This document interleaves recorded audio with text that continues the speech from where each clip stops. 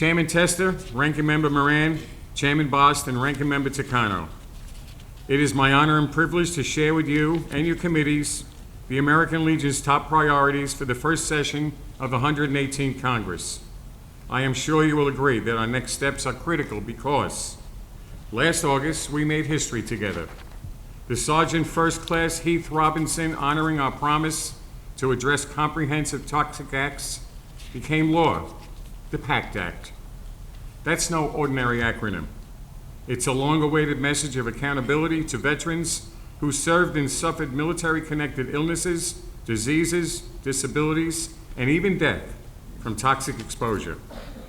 It's also a message to their families, many of whom face immense challenges as caregivers, or heartbreaking loss as survivors, due to a loved one's exposure to burn pits, Agent Orange, bad water, atomic radiation, or other poisons. And it's an important message to young people thinking about joining the U.S. Armed Forces. Our nation's ability to attract a new generation of protectors, defenders, and liberators is ever more dependent on the government's willingness, or perception of that willingness, to support them when they come home changed. A young person who sees military service only through the lens of a frustrated veteran who has been rejected, denied, or left behind is not likely to enlist. In that way, our work to help veterans after service is truly a matter of national security. Now that the PACT Act has passed to help those who have been sickened by toxic contamination, and in memory of those we have lost, like Sergeant First Class Heath Robinson himself, we must fulfill the bill's deeper pledge to honor our promises. The 117th Congress made a commitment that the 118th Congress now must fulfill. To ensure that the PACT Act's provisions are fully implemented, funds are sufficiently allocated, and staffing keeps up with the need. VA estimates that a backlog of more than 450,000 disability claims will be reached by October of this year. Under the PACT Act, more than 20 diseases and conditions are newly presumed as service-connected.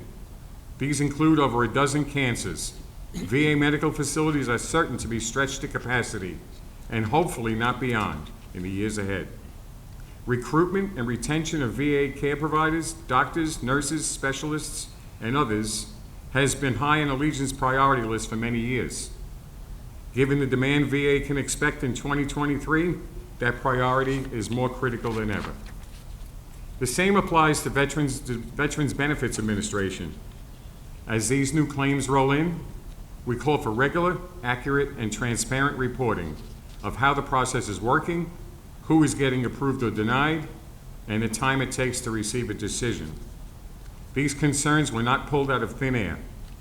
Some in Congress may remember the Veterans Health Care Eligibility Reform Act of 1996, which the American Legion strongly supported. The bill greatly expanded VA health care eligibility for honorably discharged veterans.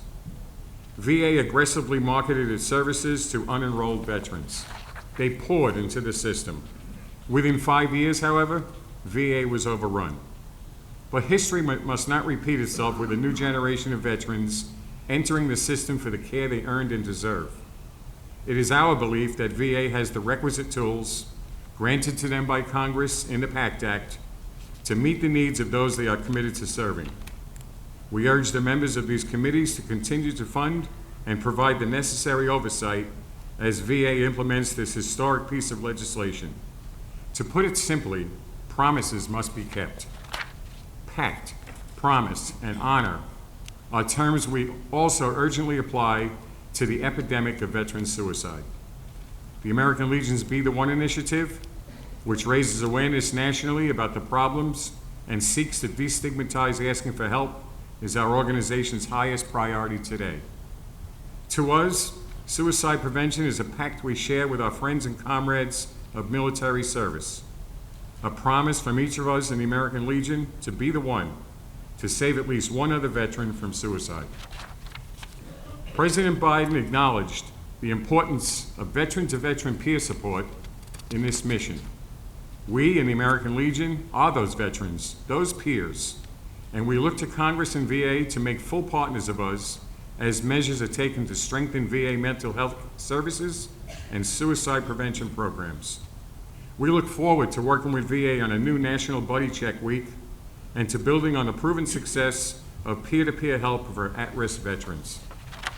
We ask Congress to support the funding and staffing requests necessary for VA to strengthen its role and help us save lives.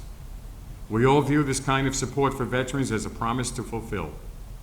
In addition to the men and women now finally getting the attention they need for conditions related to toxic exposure, our pact with those who have served must extend to men and women facing post-traumatic stress disorder, traumatic brain injury, or the effects of military sexual trauma. Caregivers whose lives are permanently changed by the effects of military service.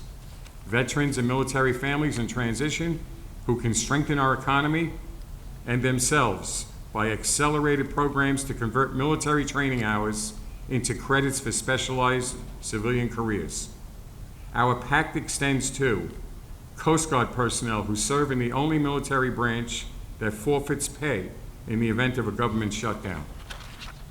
National Guard and Reserve personnel and veterans who have earned and deserve a more level GI Bill playing field. Military retirees who are wrongly taxed out of their pensions because they sustained a service-connected disability. And that is why we support reintroduction and passage of the Major Richard Starr Act. And veterans who are preyed upon by companies that charge high fees for claims, assistance that the American Legion and others provide free of charge. Or unscrupulous law firms that fleece veterans out of Camp Lejeune Justice Act settlement damages through uncapped legal fees. And as we examine our promises, we cannot break faith with our Afghan allies in the global war on terrorism. They put their lives and the lives of their families on the line for us, and they continue to do so. Bureaucratic delays in their ability to obtain special immigration visas and clear pathways to U.S. citizenship are clearly the definition of broken promises, and again, a serious matter of national security. Members of this distinguished committees, let's make a pact of our own to honor the promises we have made and still need to make on behalf of all who have pledged, risked, and given their lives for our freedoms. Chairman Boss, Chairman Tester, and members of the Committees on Veterans Affairs, on behalf of the American Legion, I thank you for giving the nation's largest veteran service organization the opportunity to share our priorities. I welcome any questions you have for me, our commission chairman, or national staff. And if you'll allow me to introduce one person I missed, because otherwise I'll be in the doghouse for a year. My wife, Troiola, behind me.